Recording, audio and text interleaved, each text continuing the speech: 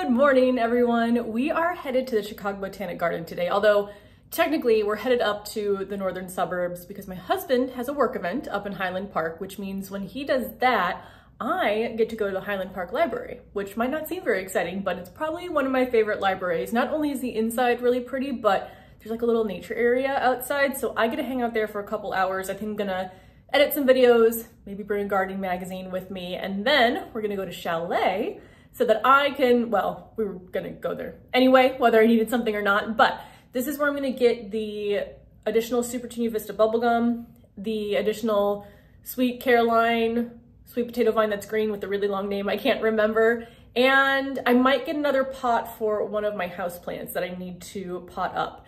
And then I might just grab whatever else. But I really do have a lot of plants, so I really don't need to get that much more, but we'll see how the day unfolds. And then we're going to the Chicago Botanic Garden, where I think we're getting lunch somewhere in between there. But I really like these days. So as much as I love the city, I love walking. We're kind of those people right now, they're like, we'll never move to the suburbs. And then maybe we'll move to the suburbs later, who knows? But I do like spending the days up there because there are so many fun things to do. If we ever did leave the city of Chicago, we would have to move somewhere that is, well, either somewhere that's much warmer in general or somewhere closer to the Chicago Botanic Garden. But with that, let's go ahead and head out.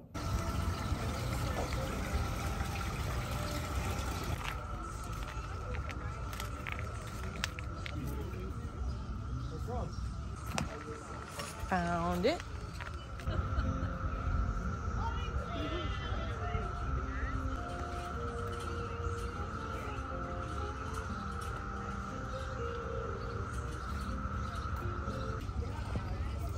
I can't remember if this is the right one or not. Maybe I should take a name or a picture of the name, but let's get one that's a bit more full.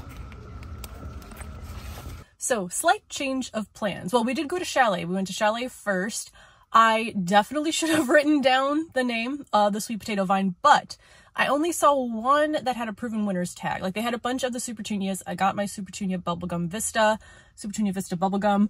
The Sweet Caroline, I was like, oh, it'll be the Sweet Caroline with the word green in it. And there was one there that was light green, but I think mine was neon green or something. And the leaf shape was completely different. So I did not get that one. I think I got what's called Marguerite. Let me see. Yeah, Marguerite. And the tag does not say proven winners on it, but it looked the most similar, I think. So that one might be a little bit different. We'll see. If I do find the correct one at some point in the next few weeks, I might get it and like pop one in and out, but shouldn't be that big of a deal. But this is a reminder to myself to always bring either the tag or a photo of the tag, because no matter how much I think I'll remember, I won't remember the actual name.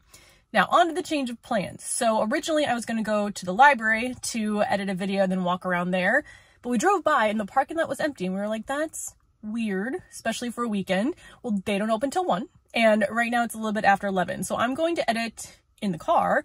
Shouldn't be more than like 30 minutes, and then I think I'm gonna walk around because it's just so nice and so pretty, and the cicadas are everywhere. I don't know if I have complained about it on YouTube yet.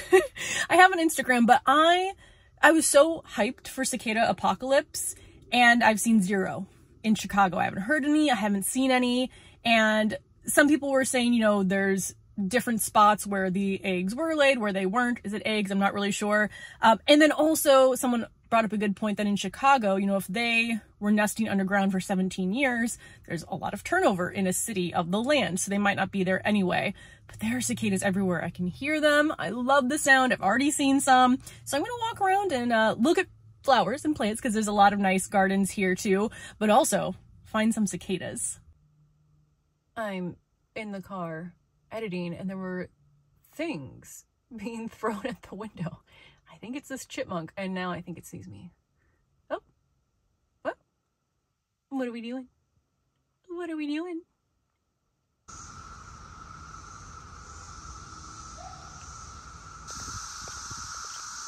The sound of cicadas is making me so happy. I know a lot of you are probably over the cicadas already, but this is my first day seeing them. So we are walking down the sidewalk, which I believe should take us right to Lake Michigan. And I figured, since I think I have maybe about an hour and a half before my husband is done, might as well walk around the lake, walk around. I've never really walked around Highland Park in general, and some pretty flowers along the way. Look at all of them. Just hanging out on the peony.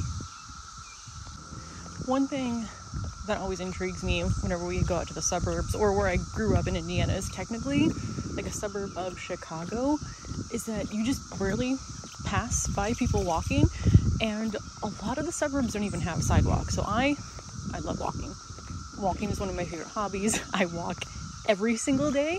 I even try to go throughout the Chicago winters and bundle up, but I just absolutely love it. But here, there are a good amount of sidewalks. We made it to the lake. That was literally like a 5 to 10 minute walk. And I don't actually know if there's a way down here. Some of the streets that dead end this way there are. But so where I grew up, Northwest Indiana, we were right on the tip of Lake Michigan. So this has always been what I've grown up with as an idea of a lake.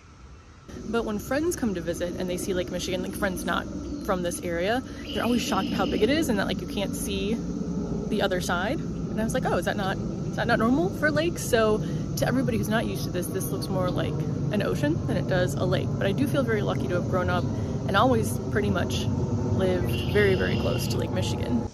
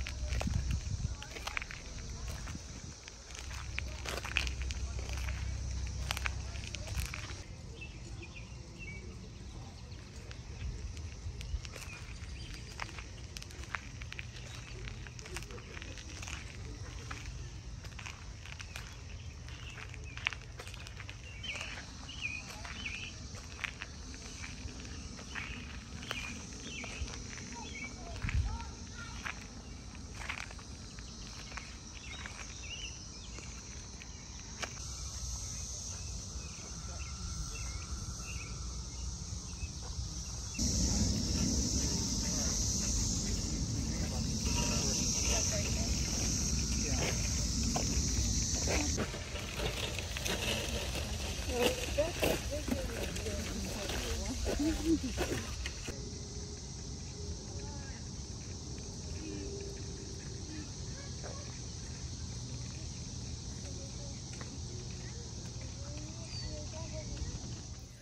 am back home now, and that was a really good day out in the suburbs. Now, for as excited as I was to see the cicadas, after hearing them constantly and trying not to step on them all day, I am glad that I can experience Cicadapocalypse and then leave it and come back home. So I am grateful that they're not covering my garden. But if you are just covered in cicadas right now, let me know. Let me know how you feel about it. But I still haven't seen any in the actual city of Chicago. I don't know if I ever will or not, but now I've gotten my cicada fix. But it was a really great day. The weather was perfect because it was sunny but not too hot. So I definitely recommend, if you're ever in the Chicago area, if you haven't been to the Chicago Botanic Garden, definitely go. We didn't even walk the whole thing. And what's kind of funny is that this was maybe the first botanic garden I ever went to years ago before we even started gardening, just because I live in Chicago.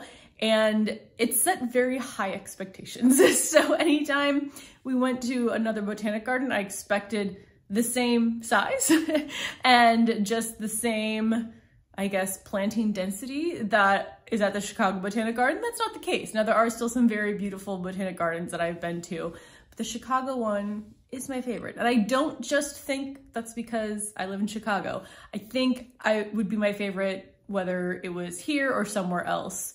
But yeah, it was a really, really great time. Highly recommend it. And I think that's everything. So it is almost 9 o'clock, which as a 38-year-old lady means it's almost my bedtime. So I will see you in the next video. Bye.